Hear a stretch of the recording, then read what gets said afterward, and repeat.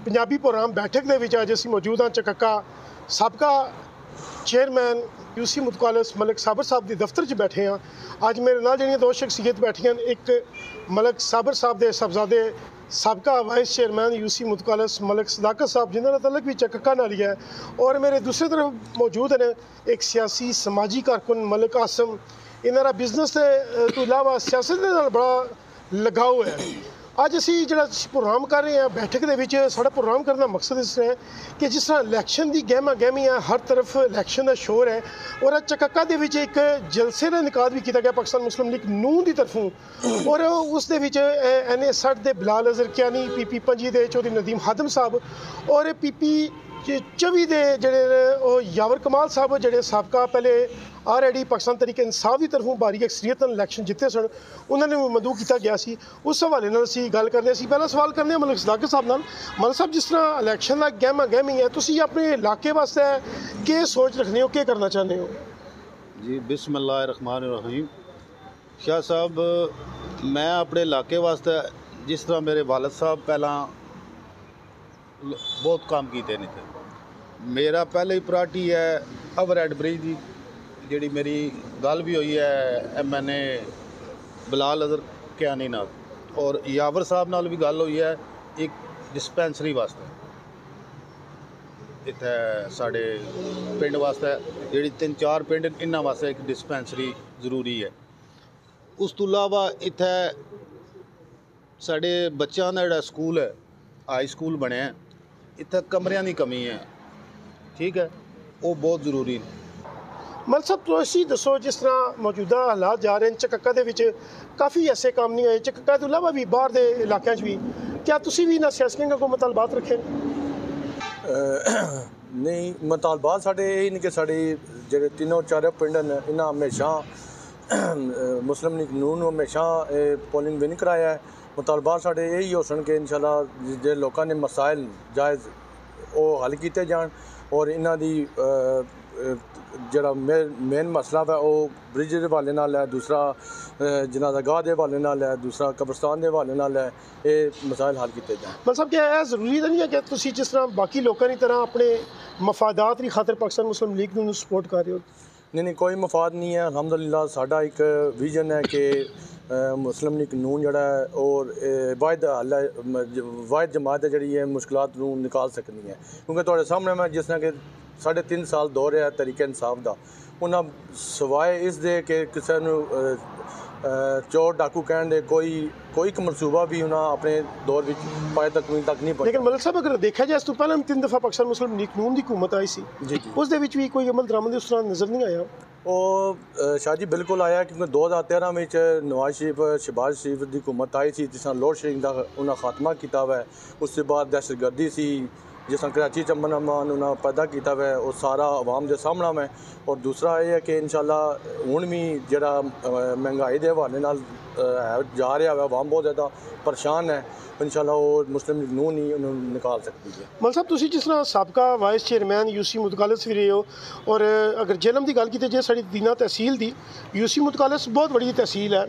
और अक्सर सुनिया गया कि यूसी मुतकालस जी यूनियन कौंसल है, इस जोड़ा कैंडीडेट लीड लैके जितने पूरी लीड कवर नहीं होनी, तो तुसी भारी अक्सरीयत नाल आए सो, वाइस चेयरमैन भी बने सो, तुसा अपने दौर के केड़ा मेन प्रोजेक्ट किया है? शाह जी, असा जड़ा मैं यूनियन कौंसल लैवल तक किया, ठीक है, यूनियन कौंसल लैवल तक ही हो सकता है, गलियां बन सकदियां, इस तो इलावा यूनियन कौंसल इस तो ज़्यादा फंड नहीं होने। तो मलिक साहब, क्या जी गलियां नालियां की सियासत खत्म होनी चाहिए? बिल्कुल खत्म होनी चाहिए है। और जो तुसा गल की है ना बई नून की हुकूमत इस तो पहले भी रही है,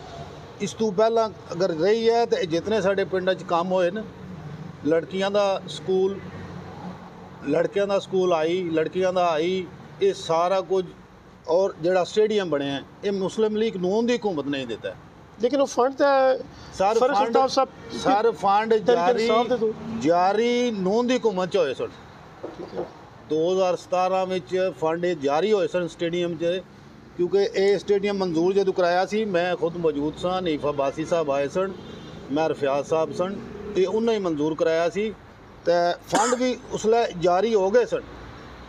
नाज़रीन बड़ा अच्छा टॉपिक छिड़ गया चकाका दे विच वाहिद एक ऐसा तहसील दीना दे विच क्रिकेट स्टेडियम चकाका क्रिकेट स्टेडियम है जिन्होंने मिनी स्टेडियम ही कहने और इस इलाके दे विच कोई इस तरह का ग्राउंड नहीं बचे ने एक्टिविटी वास्ते कोई ऐसा माहौल नहीं सी एक स्टेडियम बनाया गया मलिक साहब नाल माशाअल्लाह इस टॉपिक दा गल होई गया सी कुछ अपनी इन्फॉर्मेशन दे विच भी इजाफा करांगे कुछ मजीद ना कुछ सुनांगे आसम साहब खुद सुपर 1 क्रिकेट क्लब चकाका के कैप्टन भी हैं ये भी डीपली ना मसले नूं जानदे ने मलिक साहब एक ग्रांट 4.5 करोड़ की मंजूर हुई सी 4.5 करोड़ तो 7.5 लाख तक चली गई सी क्या उस 7 करोड़ 7.5 करोड़ 7.5 करोड़ का उस स्टेडियम ਦੇ ਵਿੱਚ ਕੰਮ ਹੋਏ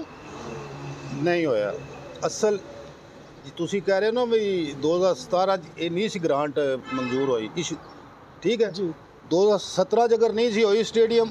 ਤਕਰੀਬਨ ਸਟਾਰਟ ਹੋ ਗਿਆ ਸੀ ਅੱਧਾ ਕੰਮ ਹੋ ਗਿਆ ਸੀ ਫਿਰ ਰੁਕ ਗਿਆ ਸੀ ਕੁਝ ਟਾਈਮ ਵਾਸਤੇ ਠੀਕ ਰੁਕਿਆ ਹੈ ਉਹ ਰੁਕਿਆ ਤਾਂ ਸੀ ਵੀ ਗਵਰਨਮੈਂਟ ਗਈ ਸੀ ਠੀਕ ਹੈ ਨੂਨ ਦੀ ਚਲੀ ਗਈ ਸੀ ਫਿਰ ਇਹਨਾਂ ਨੇ ਕਿ ਕੋ ਲਾਈਟਾਂ ਵੀ ਲੱਗ ਗਈਆਂ ਸਨ ਠੀਕ ਹੈ ਗਵਰਨਮੈਂਟ ਉਹ ਚਲੀ ਗਈ ਫਿਰ ਦੁਬਾਰਾ ਗਵਰਨਮੈਂਟ ਆਈ ਪੀਟੀਆਈ ਦੀ ਗਵਰਨਮੈਂਟ ਨੇ ਇਹ ਸਾਰਾ ਪ੍ਰੋਜੈਕਟ 6 ਮਹੀਨੇ ਰੋਕ ਕੇ ਫਿਰ ਸਟਾਰਟ ਕੀਤਾ ਤਾਂ ਜ਼ਾਹਿਰ ਹੈ ਉਹਦੀ ਫਿਰ ਲਾਗਤ बढ़ गई सी ਮਲ ਸਾਹਿਬ ਉਸ ਹਵਾਲੇ ਨਾਲ ਅਖਬਾਰਾਂ ਦੇ ਵੀ ਇਸ਼ਤਿਹਾਰ ਆਏ ਸਨ ਚੌਧਰੀ ਫਰਕ ਅਲਤਾਫ ਸਾਹਿਬ ਜਿਹੜੇ ਪਾਕਿਸਤਾਨ ਤਰੀਕੇ ਇਨਸਾਫ ਦੇ ਐਮਐਨਏ ਸਨ ਉਹਨਾਂ ਨੇ ਉਹ ਗ੍ਰਾਂਟ ਕਲੀਅਰ ਕੀਤੀ ਸੀ ਨਹੀਂ ਉਹਨਾਂ ਕਲੀਅਰ ਕੀਤੀ ਸੀ ਪਰ ਦੇਰ ਹੋ ਗਈ ਸੀ ਨਾ ਗ੍ਰਾਂਟ बढ़न ਦਾ ਵਜ੍ਹਾ ਹੀ ਇਹ ਸੀ ਕਿਉਂਕਿ ਜਿਹੜੇ ਟਾਈਮ 6 ਮਹੀਨੇ ਇੱਕ ਪੀਰੀਅਡ ਰੁਕ ਜਾਏ ਕੰਮ ਦੁਬਾਰਾ ਜਿਹੜਾ ਸਟਾਰਟ ਹੋਏਗਾ ਜ਼ਰਾ ਉਹਦੀ ਦੁਬਾਰਾ ਬੋਲੀ ਹੋਣੀ ਹੈ ਦੁਬਾਰਾ ਜਿਹੜਾ ਬੋਲੀ ਹੋਵੇਗੀ ਉਹ ਰੇਟ बढ़ ਕੇ ਹੋਣੀ ਹੈ क्योंकि कीमत पाकिस्तान ਤੁਹਾਨੂੰ पता भी अपर थल्ला होनी रहनी लेकिन मतलब साहब 7.5 करोड़ अगर लागत इतनी ज़्यादा सर जितने पैसे इन्हें कहन ना इसकी इंक्वायरी होनी चाहिए इतने पैसे लगे नहीं बहुत ज़बरदस्त ही मलिक साकिब साहब ने बड़ी प्यारी गल की है कि चकाका क्रिकेट स्टेडियम में जितनी लागत नाल काम किया गया 4.5 करोड़ का मनसूबा आखिर 7.5 करोड़ से चला गया आखिर क्यों चला गया इस दे हवाले नाल भी कोई इंक्वायरी ऐसी होनी चाहिए मलिक साहब का बड़ा अच्छा सवाल है मलिक साहब जिस थोड़ा स्पोर्ट्स नाल बड़ा अच्छा लगा हुआ है तुसी चकाका क्रिकेट क्लब के कैप्टन भी हो और इस टाइम मौजूदा जो हालात स्टेडियम के बच्चे प्रैक्टिस कर रहे हैं बाज़ ग्राउंड नहीं होना ये थोड़े इस इलाके के बच्चों वास्ते काफ़ी मसाइल नहीं है सर बेसिकली वजह यह है कि शाह साहब चकक्का ग्राउंड स्टेडियम जो बनाया गया है साडा भी ये विजन है कि अलहमदुलिल्लाह असी पूरे दीना तहसील दीना नूं नाल लैके चलीए उसकी वजह यह है कि सिर्फ मैं कहना एज ए क्रिकेटर ये चकक्का टोकमान बुर जंगल और हल दा नहीं है बल्कि साढ़े पूरे तहसील दीना का पूरा हक है कि बच्चे आवन नैगेटिव सरगर्मियाँ थी इजतनाब करन और ज़्यादा ज़्यादा क्रिकेट ਨੂੰ ਫਰੋਗ ਦੇਣ दूसरा मसला मसाइल ये है कि जड़ा तुसीं अगर सवाल किया कि कमी बेशी ये है कि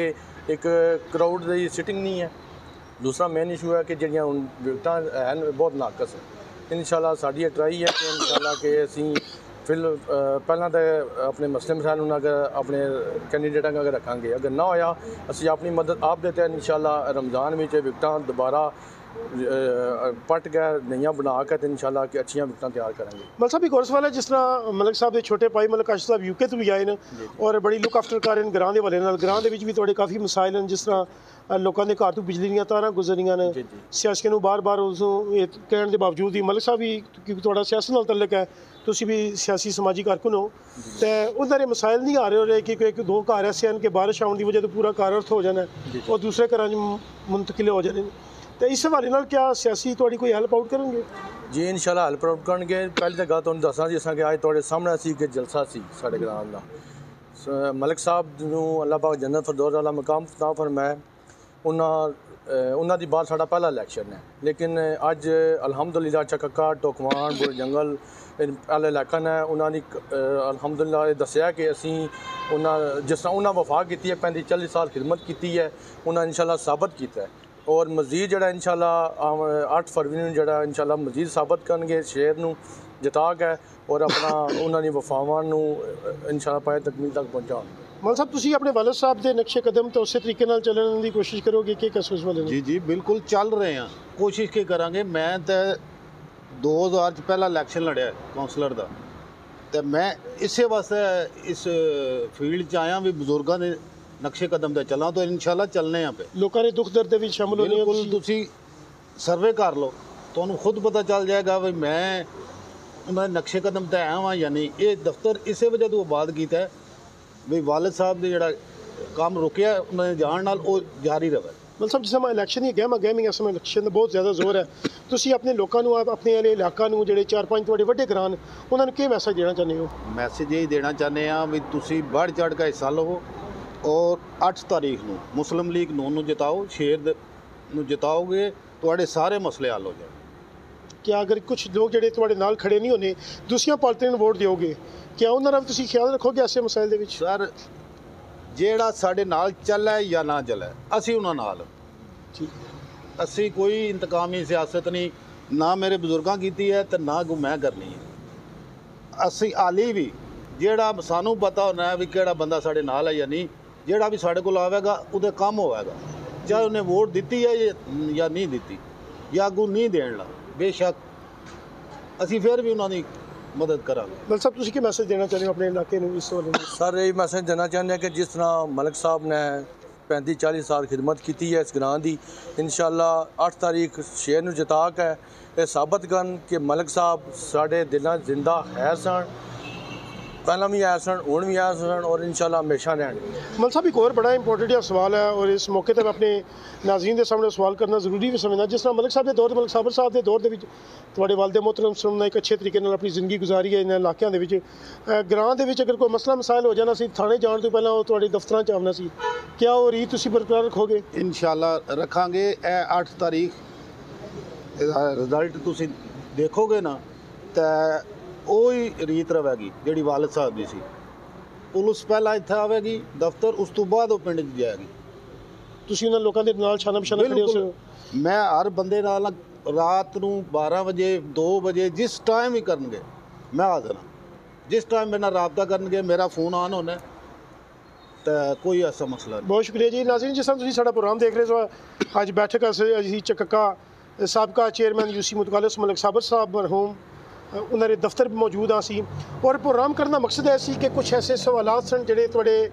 ਨਾਜ਼ਰੀਨ ਨੇ ਸਾਡੇ ਕੋਲ ਕੀਤੇ ਸਨ। ਅਸਾਂ ਮਲਕ ਸਾਹਿਬ ਉਹਨਾਂ ਦੇ ਸਾਹਿਬਜ਼ਾਦੇ ਔਰ ਇਸ ਗਾਉਂ ਨਾਲ ਤਲਕ ਰੱਖਣ ਵਾਲੇ ਸਪੋਰਟਸ ਨਾਲ ਵੀ ਮੇਰਾ ਤਲਕ ਮਲਕ ਕਾਸਮ ਸਾਹਿਬ ਨੇ, ਉਹਨਾਂ ਨਾਲ ਵੀ ਕਰਨਾ ਜ਼ਰੂਰੀ ਸਮਝਿਆ ਸੀ ਕਿ ਮੌਜੂਦਾ ਜਿਹੜੇ ਹਾਲਾਤ ਨੇ ਸਿਆਸਤ ਨੂੰ ਸਾਹਮਣੇ ਰੱਖ ਕੇ ਕਿ ਕੁਝ ਬਹੁਤ ਤਨਕੀਦ ਵੀ ਕੀਤੀ ਜਾਣੀ ਸੀ। ਕਿਆ ਅਸਾਂ ਉਹ ਸਵਾਲ ਲੈ ਕੇ ਅੱਜ ਮਲਕ ਸਾਹਿਬ ਔਰ ਮਲਕ ਕਾਸਮ ਸਾਹਿਬ ਨਾਲ ਇਹ ਗੱਲ ਕੀਤੀ ਹੈ ਕਿ ਜਿਸ ਤਰ੍ਹਾਂ ਮਲਕ ਸਾਬਰ ਸਾਹਿਬ ਆਪਣੀ ਜ਼ਿੰਦਗੀ ਦੇ ਵਿੱਚ 35 ਸਾਲ ਉਹਨੇ ਇੱਕ ਦਫ਼ਤਰ ਬਣਾ ਕੇ GT ਰੋਡ ਦੇ ਉੱਪਰ ਆਪਣੇ ਇੱਕ ਅੱਛਾ ਵਕਤ ਗੁਜ਼ਾਰਿਆ। ਔਰ ਅਸੀਂ ਇੱਕ ਹੋਰ ਤੁਹਾਨੂੰ ਗੱਲ ਦੱਸਦੇ ਚੱਲੀਏ ਕਿ ਜਿਹੜੇ ਸਾਡੇ 4 ਪਿੰਡ ਨੇ, ਵੱਡੇ ਪਿੰਡ ਨੇ, ਚੱਕਾ, ਟੋਕਵਾਨ, ਬੂੜਾ ਜੰਗਲ ਔਰ ਹਰਲ, ਇਹਨਾਂ 4 ਗ੍ਰਾਵਾਂ ਦੇ ਵਿੱਚ ਅਗਰ ਕੋਈ ਮਸਲਾ ਦਰਪੇਸ਼ ਆਉਣਾ ਸੀ, ਕਿਸੇ ਬੰਦੇ ਨੂੰ ਕੋਈ ਮਸਲਾ ਹੋ ਜਾਣਾ ਸੀ ਜਾਂ ਬਾਅਦ ਕਾ ਥਾਣੇ ਕਚਹਿਰੀ ਦਾ ਕੋਈ ਮਸਲਾ ਹੋ ਜਾਣਾ ਸੀ, ਮਲਕ ਸਾਹਿਬ ਖੁਦ ਆਪਣੇ ਖਰਚੇ ਤੇ ਆਪਣੀਆਂ ਗੱਡੀਆਂ ਦੇ ਉਹਨਾਂ ਲੋਕਾਂ ਨਾਲ ਜਾਣੇ ਸਨ, ਮਸਲੇ ਹੱਲ ਕਰਨੇ ਸਨ। ਪੁਲਿਸ ਦਾ ਅਗਰ ਕੋਈ ਮਸਲਾ ਹੋ ਜਾਣਾ ਸੀ ਉਹ ਪਹਿਲੇ ਇਸ ਦਫ਼ਤਰ ਬੁਲਾਇਆ ਜਾਣਾ ਸੀ, ਇਸ ਦਫ਼ਤਰ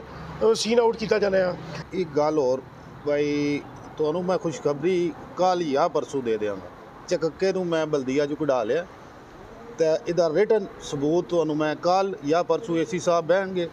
AC ਸਾਹਿਬ ਜਿਸ ਟਾਈਮ ਮਕਸਦ ਅੱਜ ਵੀ ਮੈਂ ਗਿਆ ਪਰ ਉਹ ਕੋ ਨਹੀਂ ਸੁਣੋ, ਜ਼ਰਾ ਇਲੈਕਸ਼ਨਾਂ ਦੀ ਵਜ੍ਹਾ ਤੋਂ ਬਿਜ਼ੀ 1-2 ਦਿਨ ਜੋ ਬਹਿਣਗੇ ਤਾਂ ਮੈਂ ਉਹ ਵੀ